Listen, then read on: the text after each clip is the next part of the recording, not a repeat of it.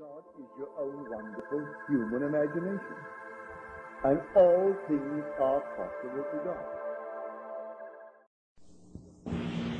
We have only to enlarge our conception of causality, to excuse everything and forgive all.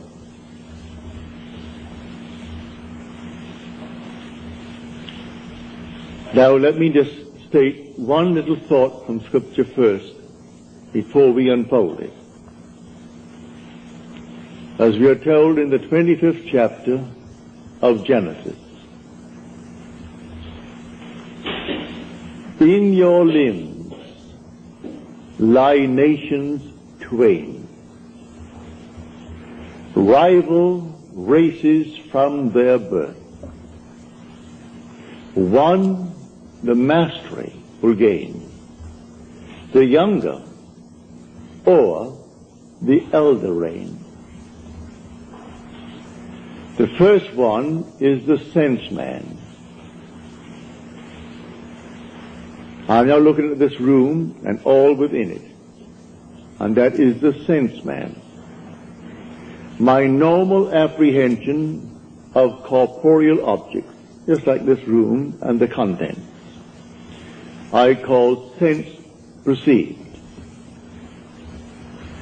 That which is not present, and yet I perceive them, I call that imagination. That is destined to rule.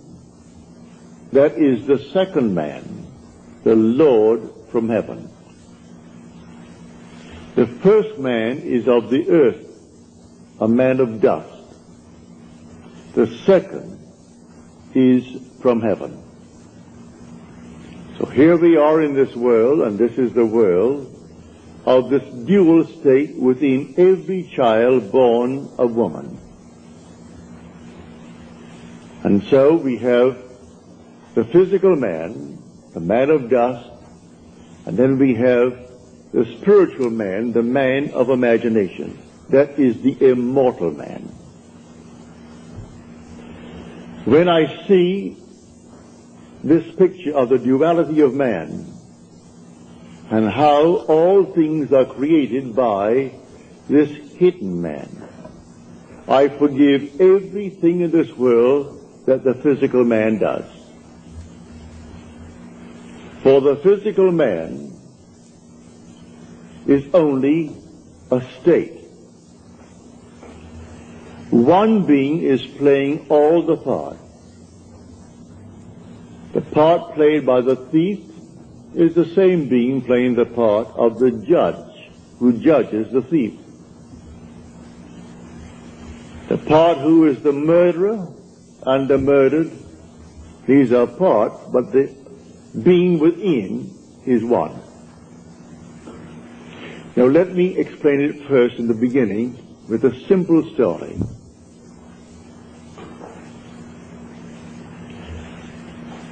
About 8 years ago, I was in New York for a month, and two of my brothers, Victor and Lawrence, came up and spent 2 weeks with me in New York City. They checked into the same hotel.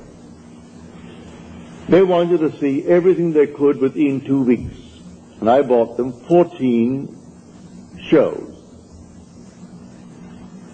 And sometimes they went even to an afternoon show. They wanted to see everything in the crowded 2 weeks.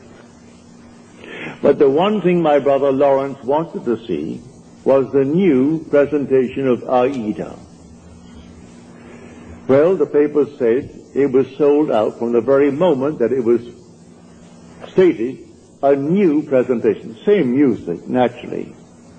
The same score, but new scenery, something new about it.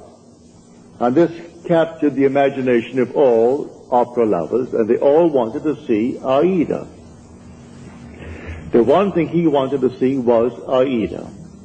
But the papers had huge big ads Not one seat is available. Come down and buy seats for the other shows.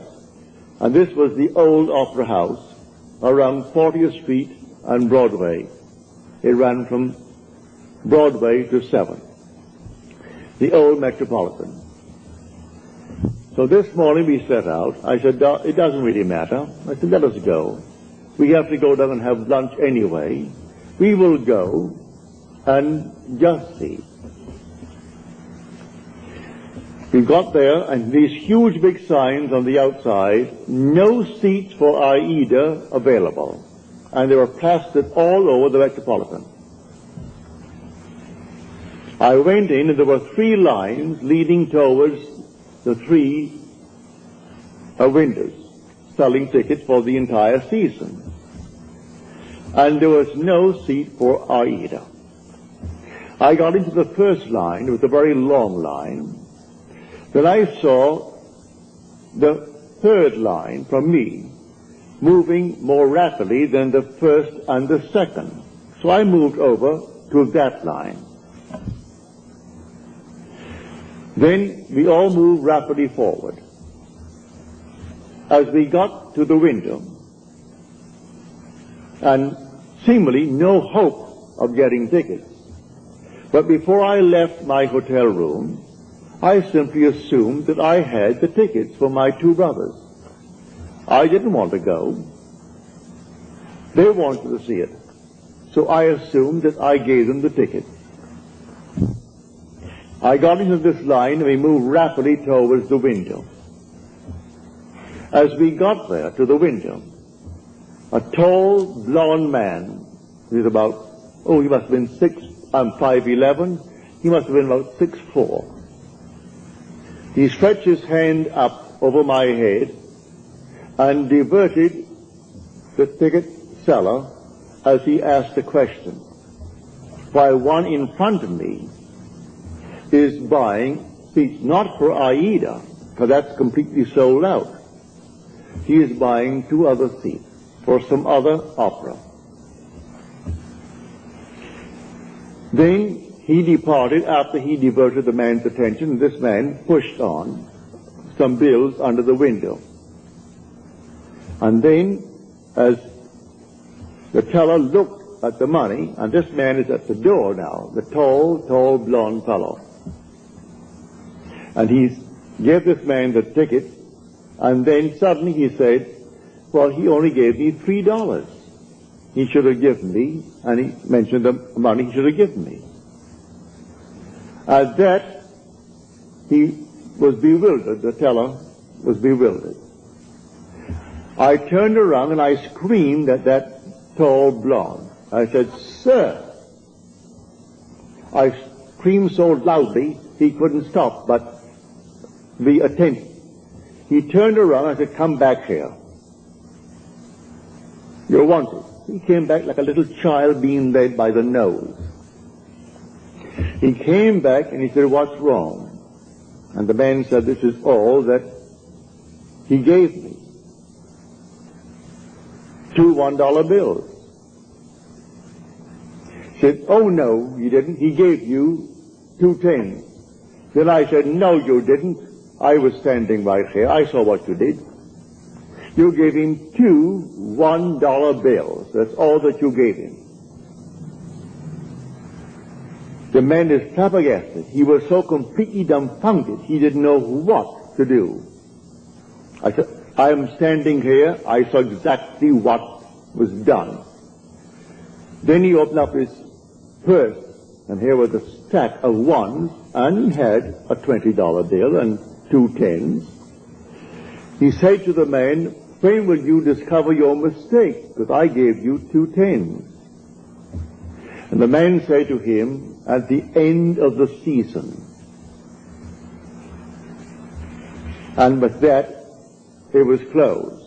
And the man then took out the money and paid for the ticket and took back his 2 1s.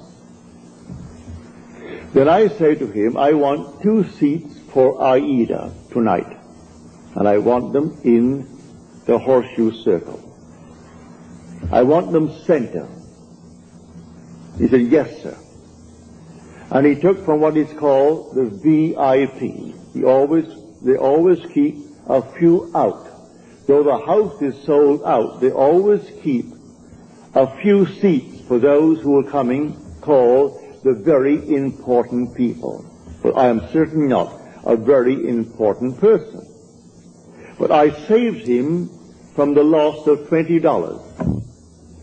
And he quickly took the 2 seats out and said to me, $20. I gave him the $20, went back and gave the 2 seats to my brothers.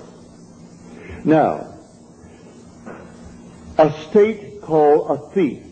These 2 men have chosen to be thieves in their world.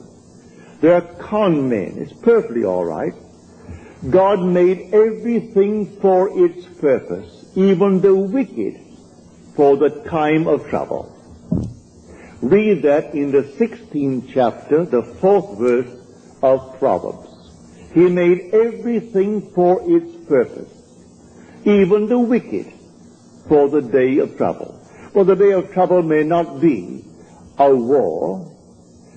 I was troubled. How to get these tickets? That's a moment of trouble. And I simply assumed that I had them. And I simply played my part in my imagination before I left my hotel room, that my brothers are going to see this show this night of Aida, the new presentation of Aida.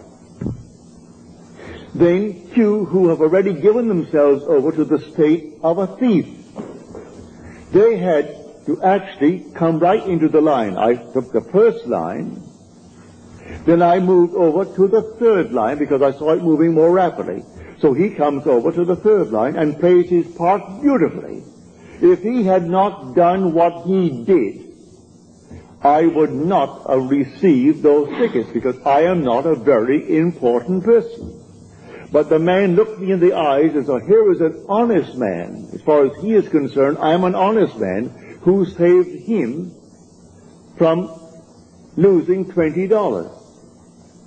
And so he quickly took out the 2 seats. I paid for them. Naturally, he didn't give them to me. I was willing to pay for my seats. But you couldn't buy them. All over the place, sold out, sold out, sold out, all over the Metropolitan Opera. You could paste it on the walls, and in a huge big ad in the paper, Aida is sold out. And I went that day and got those seats right in the circle, in center row for my 2 brothers, because one man played his part beautifully. He had given himself over to a con man. He finds it easier to make a living being a con man. There are those who are pickpockets. There are schools that teach people to be pickpockets. Do you know that? They come right out of the school and go into a profession. All right, that's their part. They play that part. Now you play your part beautifully, and one of them can be instrumental in getting you what you want in this world. So I wanted 2 seats for Aida. Were it not for a con man in that world, I would not have had those 2 seats. So he comes into the line where I was in the line. He comes forward, and just as I got to the ticket window, he puts his hand over my head to divert the man's attention. And the one in front of me, who is buying 2 seats, not for Aida because you can't get them. He is buying 2 seats for something else. And he puts out $2 bills instead of 2 10s. And then this man starts, and I turned around as though I was inspired. And with my full voice, I said, "Sir, come back here." He had to come back. So he came on back just like a little child and stood next to me, and he looked down at me. He wouldn't dare budge. But I said, "You didn't give him anything more than what he's showing you now. You give him exactly what he's showing you." Because I was here and I stood next to you. He was helpless. He couldn't hit me. He was many inches my height.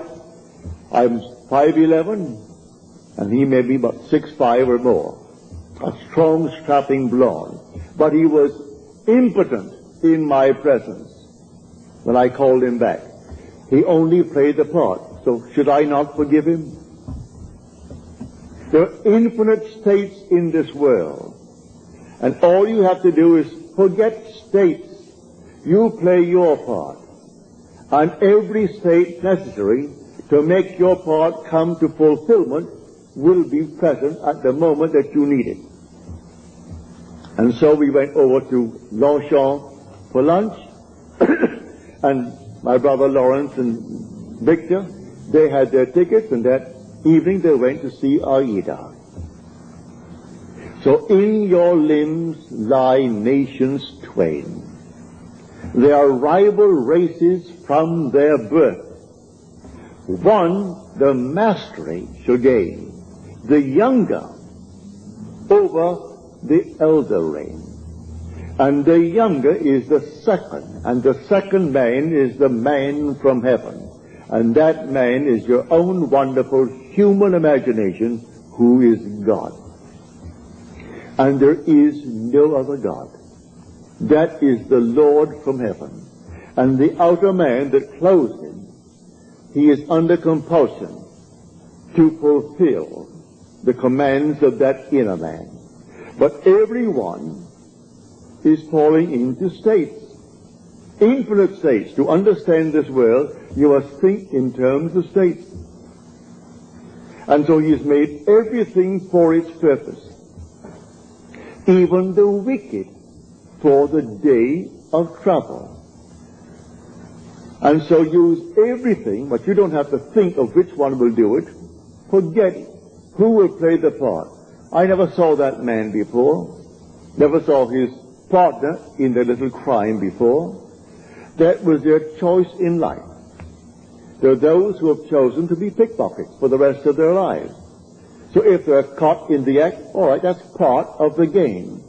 They've chosen that part to play. There are those who have chosen their part to play, like Mr. Hoover, who just departed this world. He chose that part. And there are others who chose other parts. Either wisely or unwisely, we fall into these things. But when the inner man begins to awake, he selects his part wisely. It's entirely up to us. So I tell you, everything in this world that you want to be, you can be, if you know that there are only states. You move into the state because the occupant of the state does not differ from the occupant of any other state. The one who played the part that day of the con man to get 2 tickets for $2 instead of $20 and go on the street and sell them for $15 and make himself a quick few bucks.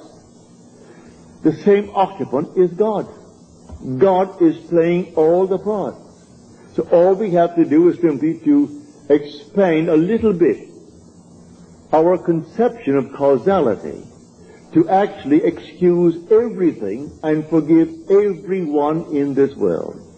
I forgave him because he actually was instrumental in getting me the 2 seats for my brothers. Were he not playing that part at that moment, I would not have had the seats. But before I left my hotel room, I simply assumed that my brothers had their seats and they were going to see Aida, and they came home thrilled beyond measure. So we went down, and seemingly no hope. I wasn't concerned about any hope. There were 3 long, long lines. After all, you're selling not just for the show of the night, you're selling for the afternoon show, you're selling for the evening show and for the entire season. And by a month in advance, 2 months in advance, they're all there. And so here are the lines, and there are 3 lines and 3 windows open. And what caused me to move to that moving window? The Father in me, he knew which one is going to play what part, because they're all in states. And my fellow is fully aware of all the states in the world. And if you can play a part to aid me in the fulfillment of my dream, you'll play. And so if I need a thief, there must be a thief somewhere. He was a thief. And he played a far better part in my getting the ticket than if he were an honest man. If he came up and played the part of an honest man, then the man would have said to me, he wouldn't know me, I'm not an important person, and so we have no tickets. Don't you sign? No tickets available. It's a sellout. But it was not a sellout, and a thief made it possible for me to get my 2 tickets. So when you see this, you forgive every being in the world. Everyone. They're all playing their part. So don't condemn anyone, because everyone will be instrumental in fulfilling your dream if you know this law. It's all infinite states. But remember, you are awakening to the reality of the second man. In this room, my simple apprehension of corporeal objects, the things on the wall, did here, the chairs, the house, this thing for a wedding tomorrow, all this is preparation for a wedding. All this is, to my sense man, reality. And I think of something entirely different, and that is called only imagination. And that is the second man. Now, what do I want in place of what my senses are telling me? Let me now enter into that state and live it as though it were true, and move forward in that state. Now let me show you the difference now, because we started with that statement from the 25th chapter of the book of Genesis.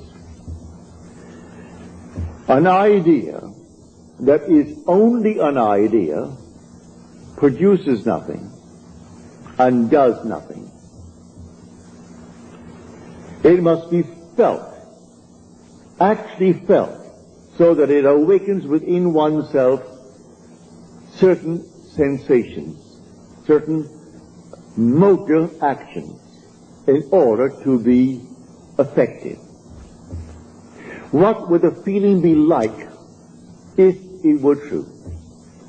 Dwell upon that until the feeling awakes within you these sensations.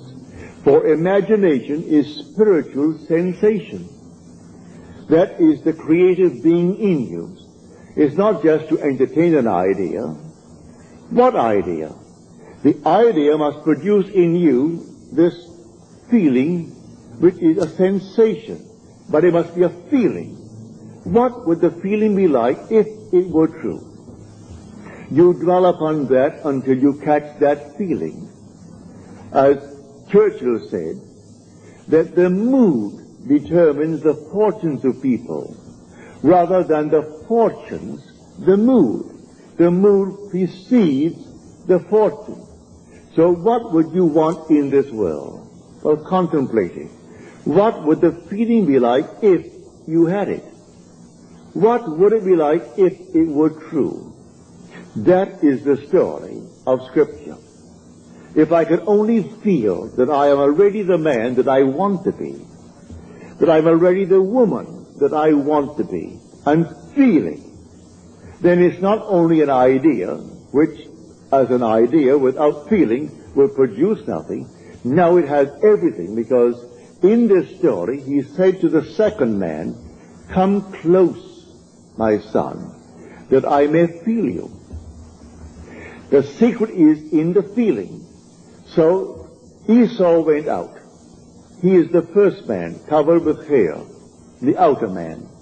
And Jacob is the inner man, the man of imagination, who is hairless. Isn't two little boys? These are only symbols. It's all in man. So come close, my son, that I may feel you. So he comes close and deceives his father through feeling. So the father feels, and he feels him just to be externally real. You can do it. There is no flower in your hand, but you can feel the soft velvet feeling of a rose. You can smell a rose, though it's not physically present. Try it. Try all these things with the inner man. And when you can actually feel it, so that you raise your imagination to the point of sensation, to vision, then the whole thing is done. It's done in a way you do not know it's going to happen. If it takes a thief to aid you, then you forgive the thief. Should I not forgive that man who tried to rob that teller of $20 when he did for me what no one else could do? I could go to all the brokers in New York City and they couldn't get me 2 seats. I could go to anyone and they couldn't get me 2 seats for my 2 brothers. And I wanted them to have the joy of seeing the new presentation of Aida. So I went myself prepared in my imagination that I had 2 seats. And it took a thief to be instrumental in getting me the seat. Should I not forgive him for the part he played? He went to the door, this tall giant of a man, looked back at me, but he wouldn't have the courage to come up and slap me. There was something in me that dwarfed him in his own mind's eye. So in spite of his height and his bigness and his strength, he couldn't dare strike me, for I was speaking from a different level of consciousness altogether. So I didn't condemn him. He played the part he had to play, and by playing it, I got the seat. So all we have to do is simply to widen, just widen a little bit, our conception of causality, to actually forgive all in the world, to excuse everything in the world. They're playing their part. So tonight you want a bigger job, you want more money in this world, you want, and you name it. Well then, it may be a thief who is going to aid you in the getting, without knowing he's doing it. Don't judge him, don't condemn him, just simply you go forward knowing that I have ways and means that the physical man knows not of. My ways, the inner man's ways, are past finding out. And you simply go forward in the assumption that you have already achieved what now is only a wish as far as the world is concerned. But you enter into the wish as though the wish is already fulfilled. So what would the feeling be like? Come near, my son, that I may feel you. And so he comes close. He said, come nearer, my son. Then he said to him, you know, your voice is the voice of Jacob. But your hands, your neck, and your scent, you have the feel of my son Esau. Esau is the outer world. So he gives emphasis to feeling. It transcends the voice. The voice was Jacob's, but the feeling, the touch, was that of an external world. He could feel the external world. It was a self-deception. He deceived himself into believing that what he desired, he had. It's not 2 little boys born of a woman. All this is parable. The whole story of the Bible is all parabolic. Telling stories that unless you have the depth to understand it, well, then you'll never really. But may I say, you will, eventually you will, and you certainly do understand it now. So tonight is a practical night. Do you know this night what you want? Really what you want? Well, if you do the same thing I did in getting the 2 seats. Do what I did when I was locked out completely from marrying the girl I wanted to marry. I simply assumed that she slept there, I slept here, and I went sunk to sleep, and in 1 week, my wife did an act which certainly I must forgive. In the eyes of the world, she is condemned for taking what she did not pay for. And yet because of that act, I got my freedom. Then who is the culprit? Am I not? If there's any culprit, I am. If there's any culprit in this world, it is God. There is nothing but God. God is doing all in this world. He created everything in this world. And so if in me he is the second man, and the second man is my imagination, and that is God. For man is all imagination, and God is man, and exists in us, and we in him. The eternal body of man is the imagination, and that is God himself. Well, if I in my imagination slept as though I am happily married to a girl that the laws of New York State said I could never get because of my entanglement with my first wife, and in 1 week she performed an act which was judged harshly by society, and yet she was the instrument of my getting my freedom to marry the girl who now is the mother of my daughter. So how can I blame her who performed that act? She was in a state, and who did it? I did it.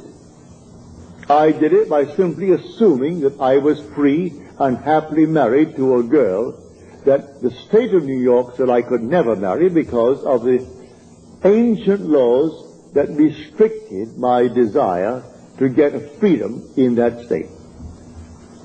So you forgive everyone in this world. They're all playing their parts.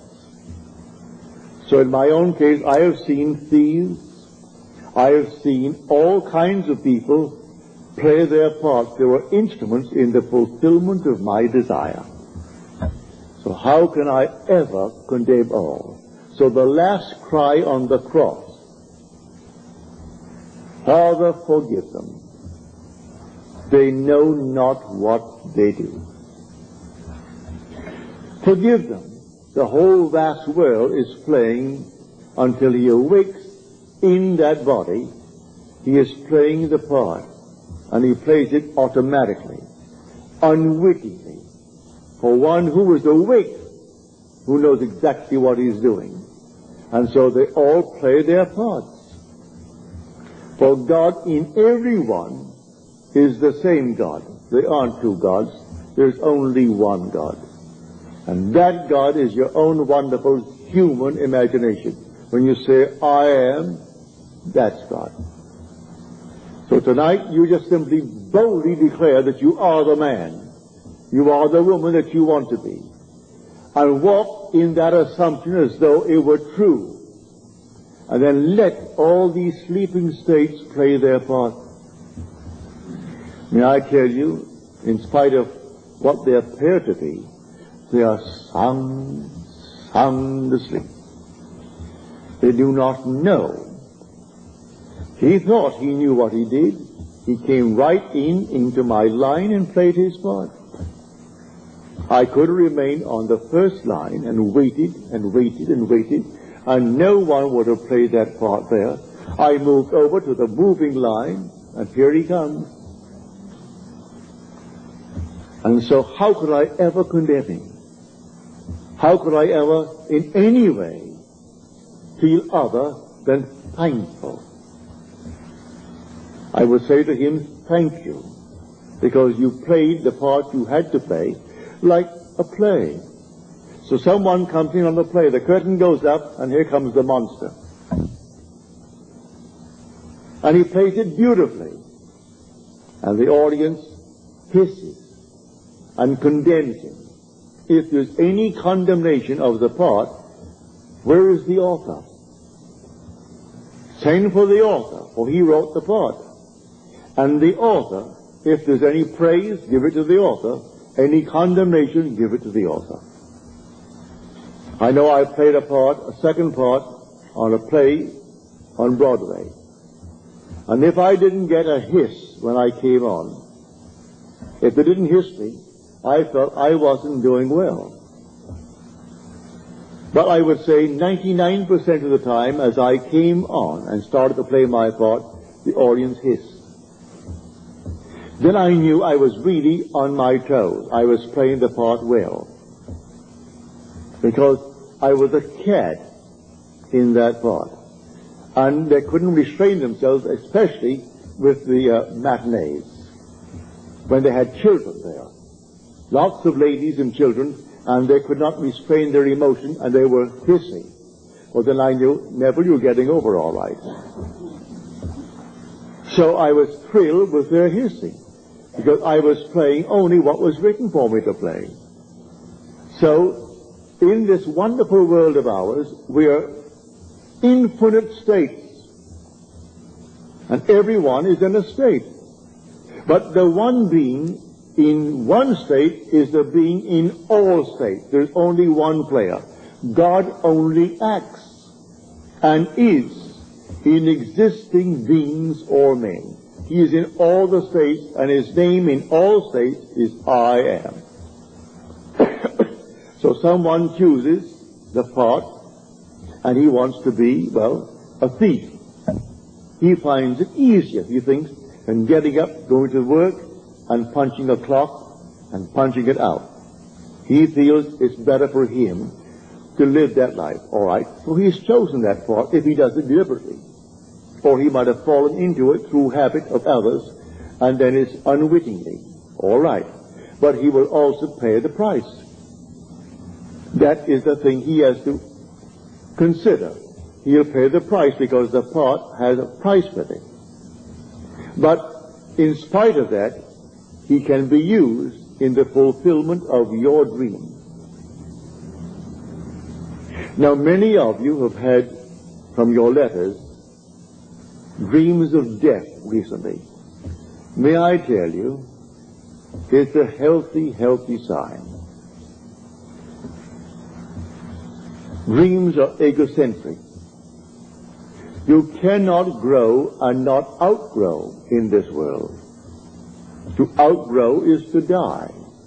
You die to one state and you move into another state. So anyone dreaming of death, many of you have dreamt of my death numberless times. As Paul said, I die daily. Every day he grows. If he did not die every day, well, then he didn't grow that day. So, death, when you see yourself buried, or you see yourself in a coffin, or you see these things in your dream, is only a beautiful symbol of your growth. You are growing, that's why you see yourself buried. Why you see yourself in a tomb. It's simply an expansion of consciousness. So you die to one state of consciousness as you enter a greater state of consciousness. So when people see themselves dying, or others say you're dead, it has nothing to do with a little physical body, because you don't die anyway. Not really, for nothing dies. It's always an expansion, an expansion, an expansion. So when you do see yourself being buried, give praise. You have died to your former beliefs. And these archaic concepts that you entertain, which only enslaved you, when now someone introduces you to a new idea, and you toy with the idea of accepting it, but you resist it for a while, then suddenly you see your body being entombed. It means it's gotten hold of you. These new ideas that will call you to an expansion of yourself. And so the old man dies that the new man may live. A seed must fall into the ground and die before it can be made alive. If it does not fall into the ground and die, then it cannot bring forth fruit. It simply remains what it was before. So if it dies, it bears much fruit. So don't be afraid of any vision of death. Death is the most glorious symbol in the mysteries of the expansion of consciousness. Man is expanding and expanding and expanding in this world. And one day, his wonderful imagination will awaken. And that is God. Then he sees the whole vast world as sleepers. All sleepers And how can you condemn the sleeper? So he played his part. He played it beautifully. I can see all these things in my world where people play so many marvelous parts. And they were sound asleep, and they thought they were so alert, going to get the better of me. And their attempt to get the better was exactly what I needed to move on. Just move on. They had no idea they were playing their part beautifully. So I forgive all the thieves that came into my world. Even those who actually took from my pocket by not giving me what the contract called for. I thank them, because it simply allowed me to become all the more secure upon my own feet, and not think for 1 second that I depended upon them or upon anyone else in this world. So let them go their way. They're all sound asleep, playing their parts. But this thing that happened, I would say about 7, 8 years ago, it was so forceful in my mind. My brothers thought that I was very courageous with this giant over my head to do what I did. It wasn't any courage. At that moment, I saw what he did.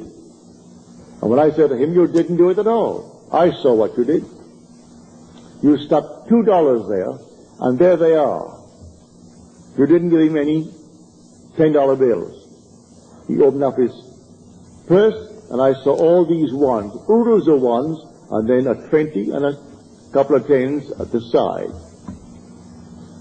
And then he pulled out the 10s and gave them and took his 2 ones back. And then he went back to the door with the other partner of his and looked at me as though he could have killed me, but he didn't have the guts to hit me. He couldn't. If I were that big, he could not have struck me, because I was speaking on an entirely different level. And on that level, when I knew I was going to get my seats, that's all that concerned me, here comes the 2 seats. And the man said, "Yes, sir." He treated me as though I stood before him as the president. And he thought, now here was an honest man who saved me $20. I'm only playing the part. I only wanted 2 seats that night, because that's all that my brothers could give, because I had all these seats bought for them. All the shows on Broadway at the time within 2 weeks, and they went night after night, and matinees and everything else. Got it right up to their heads in shows. So I'm telling you, if you know of this dual being within you, in your limbs lie nations twain, rival races from their birth.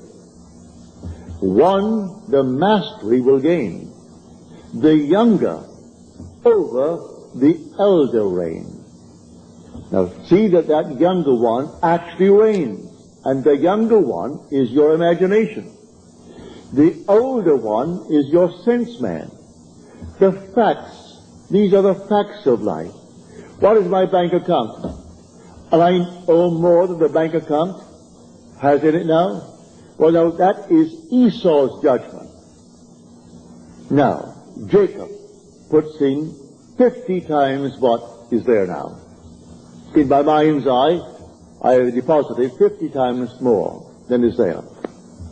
How it's going to happen, I don't know.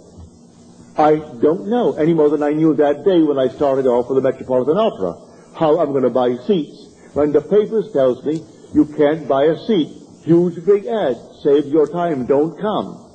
All other seats are available, but not for Aida. And I go down only for Aida, and I get them, because of a seeming thief played by the part of God. For God plays all the parts in the world. There is nothing but God. And say, I am, that's God. That is the Lord Jesus within you. That is your immortal being that cannot die.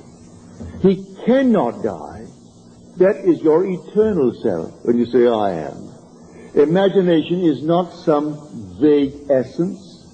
It is a body, a reality, an infinite body that is so perfect when it's awakened, that in its presence everything is made perfect. But while it is awakening, it exercises that power and draws into its world everyone that can play the part for its fulfillment of its dream.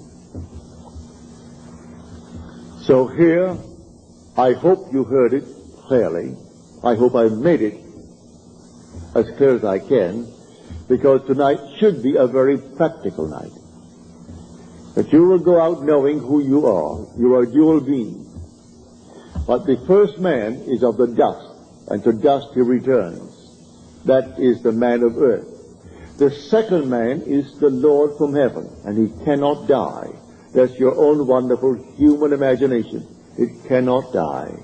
But it sleeps embodied in this tomb. And one day it will awaken. As I've told you in the past, the symbolism of Scripture will surround you. It's perfect. It is true. Everything told you in Scripture as to his birth, you are going to experience. And then your imagination awakens. And you trust no one but it. Only this being within you do you really worship. Let them give all the medals and all the honors to this, that, and the other, to the little earthly man. It doesn't interest you.